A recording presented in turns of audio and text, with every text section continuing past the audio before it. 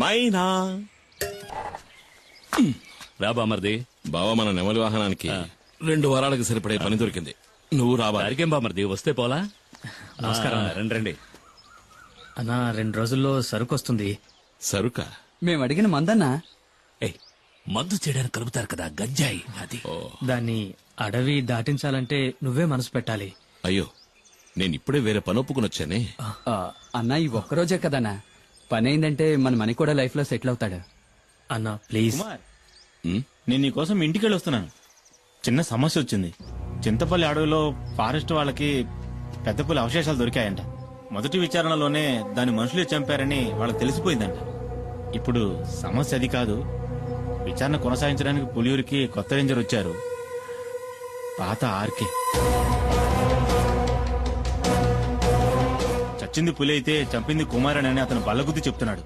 కుమార్, ఇకపై నువ్వు ఊళ్ళో ఉండద్దు, అడవిలోకి వెళ్ళిపో. పాత పగన ఆ రేంజర్ మర్చిపోయి ఉండడు. నువ్వు ఇక్కడ ఉంటే మీ ఇద్దరికి మళ్ళీ గొడవలు వస్తాయి. బయలుదేరు. అయ్యో, మరి మేమడిగింది ఆ తర్వాత చూసుకుందాం. నువ్వు ఇంకేమో ఆలోచించుకో, బయలుదేరు. వెళ్ళమంటున్నానుగా. రా, అమౌంట్ ఉంటే బండిది.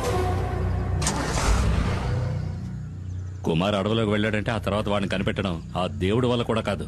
ఎవరన్నా ఆర్కే? కుమారన్నకి ఆయనకి మధ్య గొడవేంటి? అది 4-5 ఏళ్ల క్రితం జరిగింది. ఒకరోజు లోయర్ క్యాంప్ దగ్గరికి పులి వచ్చింది. ఓ చంటి బిడ్డతో సహా 4గురిని ఆ పులి చంపేసింది. పులిని వెతుక్కుంటూ కుమార్ అడవిలోకి వెళ్ళాడు. ఈసీసీఎఫ్ ఆర్డర్తో ఆ రోజు రేంజర్గా వచ్చిన వాడే ఆర్కే.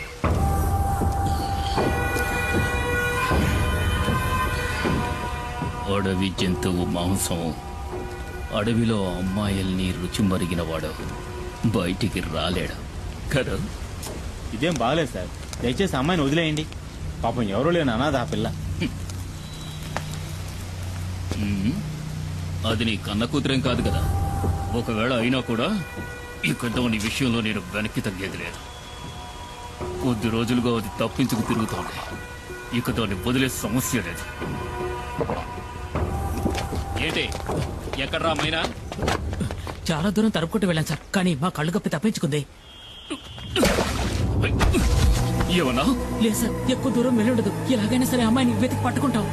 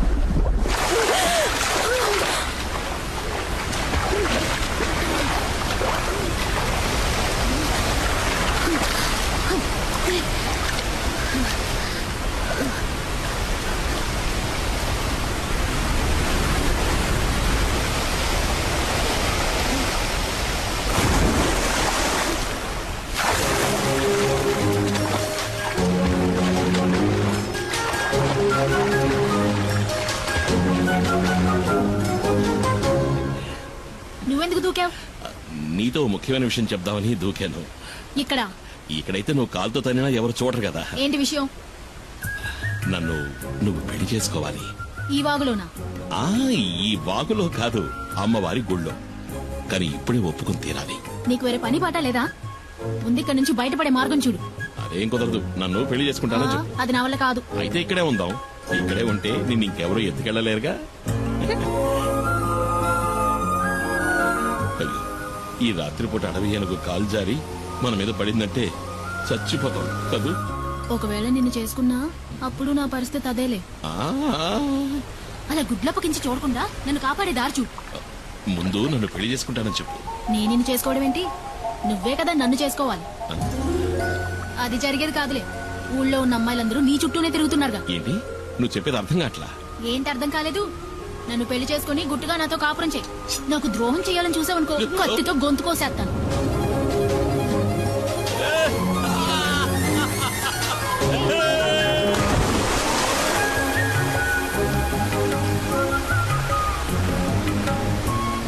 బండలు బాగా పాచిపట్టాయి, జాగ్రత్తమేమో ఈ ఎత్తుకోమంటావా? బండల్లోనూ నీళ్ళలోనేగా ఇన్నాళ్ళు నేను నడిచింది. ఓ అది నిజమే కదా. నడు నడు అయితే నడు.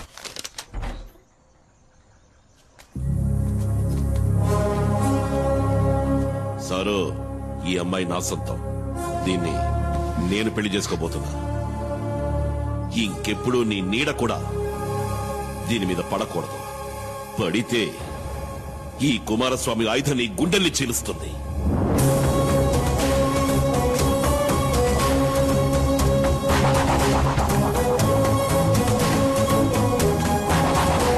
ఆ తర్వాత ఆర్కేని వేరే ఊరికి బదిలీ చేశారు. దాంతో ఆ సమస్య తీరిపోయిందనుకున్నాం. ఇప్పుడు ఆర్కే మళ్ళీ ఇక్కడికి వస్తున్నాడంటే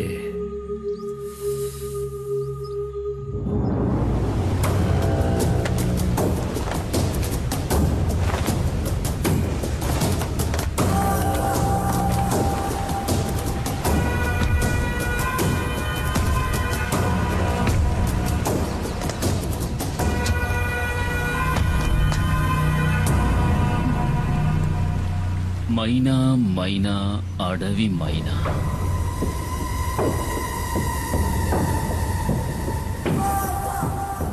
ఎక్కడే నిన్ను చేసుకున్నాడు? నాకు తెలీదు, ఇక్కడ లేడు. అలా చెప్తే ఎలాగే? పెళ్ళానికి తెలియాలి కదా మొగుడు ఎక్కడుండేది. ఉం? మర్యాదగా చెప్పు, ఎక్కడ వాడు?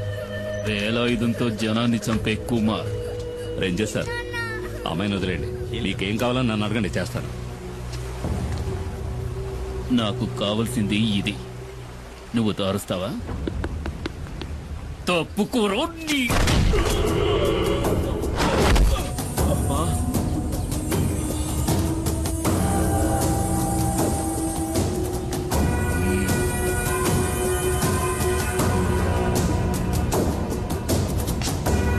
నిన్ను తీసుకెళ్లి కొంచెం విచారించాలి. సార్ వద్దు, తప్పు చేస్తున్నారు.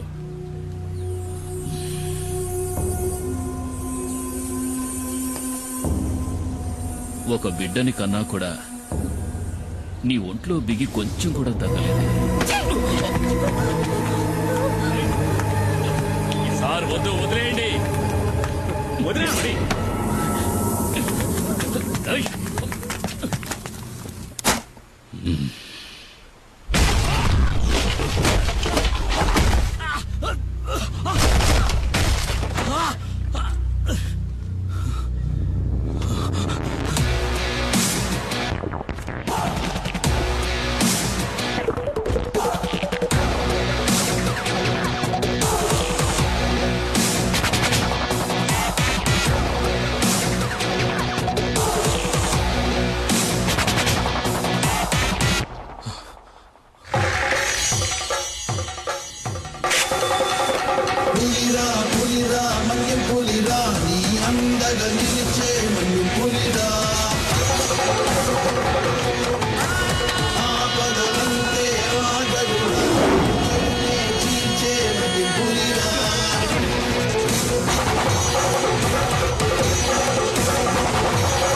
సారు, పులి వెనక్కి తగ్గింది భయంతో కాదు, వేటాడడానికి.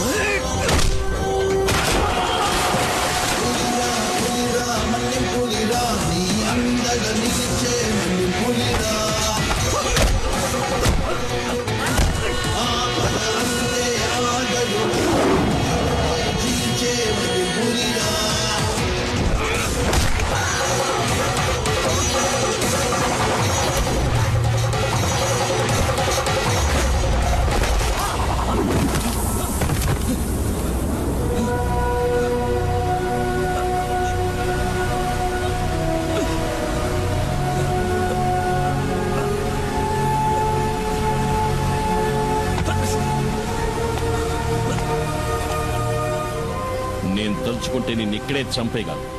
ఈ పులియూరు పరిసర ప్రాంతాల్లో ఇంకొకసారి కాలు పెట్టావో ఆ పెట్టిన కాలుని నరికి పారేస్తాను. పోరా ఇక్కడి నుంచి.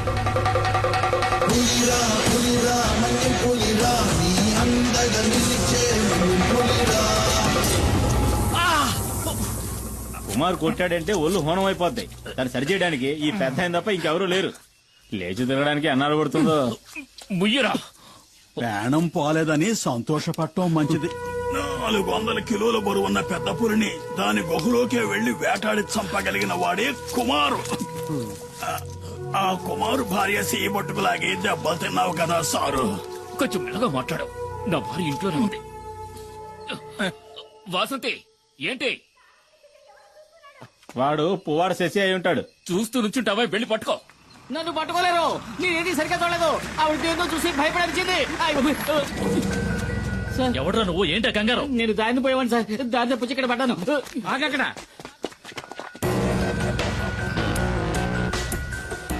రమణాచారి ఏసీపీ ఇన్ఫర్మేషన్ వచ్చింది. రేపు ఉదయం వస్తారనుకున్నాను. నిన్న సాయంత్రం పులియూరుకు వచ్చాను. అప్పుడే తెలిసింది మీకు యాక్సిడెంట్ అయిందని. చూస్తుంటే ఇది యాక్సిడెంట్ లా లేదే రేంజర్. ఏదో పులి దాడి చేసినట్టుంది. దిగులు పడకండి, నాకంతా తెలుసు. నేను పులివేటకే వచ్చాను. దానికి ఈ రేంజర్ సహాయం కూడా కావాలి. మీ పేరేమిటండి? దివాకర్ సార్. సరే, మీరిక వెళ్ళొచ్చు. ఈ వైద్యుని కూడా తీసుకువెళ్ళండి. నేను ఈ రేంజర్ తో కొన్ని విషయాలు మాట్లాడాలి. ఇది తమాషా కాదు కుమార్, జాగ్రత్తగా ఉండాలి. ఇంతవరకు పోలీస్ ఆఫీసర్లు ఎవరు నేను వెతుక్కుంటే ఈ ఊళ్ళోకి రాలేదు. ఇదే మొదటిసారి. కుమార్ ఏం చేశాడని? చూడనా, నువ్వు విషయం తెలియకుండా మాట్లాడుతున్నావు. పులిని చంపిన కేసు అయితే దానికి జామీన్ కూడా ఇవ్వరు. నేనే పులిని చంపానడానికి సాక్ష్యం ఏమిటి? అయ్యో కుమార్, ఎఫ్ఐఆర్ రాసింది ఆర్కే గనుక దానికి సాక్ష్యాలేం అక్కర్లేదు, ఆధారాలు అంతకంటే అక్కర్లేదు. అడవిలో ఏ మృగాన్ని చంపిన కేసైనా రేంజరే స్వయం సాక్షి అవుతాడు. కోర్టుకు అది సరిపోతుంది. అది చాలదన్నట్టు ఆర్కేను కొట్టిన కేసు ఒకటి. దివాకర్ చెప్పింది కూడా నిజమే కుమార్. కొన్నాళ్ళ పాటు నువ్వు ఎక్కడైనా ఉండడం మంచిది. ఎందుకని? నేనేం వెతుక్కుంటూ వెళ్లి అడవిలో ఉన్న పులుల్ని చంపలేదే. చంపాను నిజమే. ఊళ్ళోకి చొరబడి పులియూరు ప్రజల్ని దారుణంగా చంపిన వాటిని చంపాను. అదేం పెద్ద నాకు తప్పనిపించట్లేదు. ఊళ్ళో వాళ్ళని పులి చంపితే కేసు లేదు. ఊళ్ళో వాళ్ళని చంపిన పులిని ఈ కుమారు చంపితే కేసు. ఈ పని కోసం నన్ను ఉరి తీసినా సరే ఆ రేంజర్ లాంటి ఎదవలకి భయపడి అడవిలోకి వెళ్లి ఎక్కడో తలదాచుకోవాల్సిన అవసరం నాకు లేదు. త్వరగా ఆ మూల పెట్టండి, బయటికి కనిపించకూడదు. రేయ్, ఏంట్రా మీరు చేస్తున్న పని? ఏంటి? అన్నయ్య కూడా ఓ మాట చెప్పకుండా. అర్ధరాత్రి సరుకు తీసుకొస్తే మేమేం చేయగలం? ఎక్కడని దాచగలం? రేయ్, మీ అన్న సహాయం చేస్తానని చెప్పాడుగా, మరేంటి? రేయ్, అన్నయ్య సాయం చేస్తారన్న మాట నిజమే. ఇప్పుడు ఆయన ఆ స్థితిలో లేడురా. ఈ పరిస్థితుల్లో అన్నయ్య వదన్ని చిన్నిని వదిలేసి రాలేడురా. అన్నయ్యతో నేను మాట్లాడతాను. ఆయన ఇంకో బండిని మీకు అరేంజ్ చేసిస్తాడు. సరే, అంతవరకు సరుకు ఈ లారీలోనే ఉండని. అదే ఇంకా ఎందుకు ఆలోచిస్తావు? ఇది చేసేది నీకోసం కూడా. ఆ విషయం మర్చిపోకరా. ఏంటి సింహాద్రి? రండి. ఏంటి విషయం చెప్పు. శంకర్ని నిన్న రాత్రి పోలీసులు పట్టుకున్నారు. రామయ్య కుడిబుచ్చం వాడు. గంజాయిన చుట్టూ వాడికొక్కడికే తెలుసు. ఇప్పుడు ఏం చేద్దామంటావా? ఇప్పుడే దాన్ని పులియూరుకు చేర్చాలి. దానికి ఒక్కటే దారింది కుమార్. అరెస్టోళ్ళు పోలీసులు వెంటనే ఇక్కడికి వస్తారు. వాళ్ళ కళ్ళు గొప్పి లోడు తీసుకెళ్లగలిగిన వాడు ఈ పులియూరులో కుమార్ అక్కడే. అదెలా జరుగుతుంది సింహాద్రి? ఈ పరిస్థితిలో కుటుంబాన్ని వదిలి కుమారన్న ఎక్కడికి రాడని మని చెప్పాడుగా. ఆ విషయం నాకు తెలీదు. ఈ సమస్య నుంచి మిమ్మల్ని రక్షించడానికి కుమార్ తప్ప ఇంకెవరూ లేరు. మేమంతా ఎంక్వైరీ చేశామన్నా.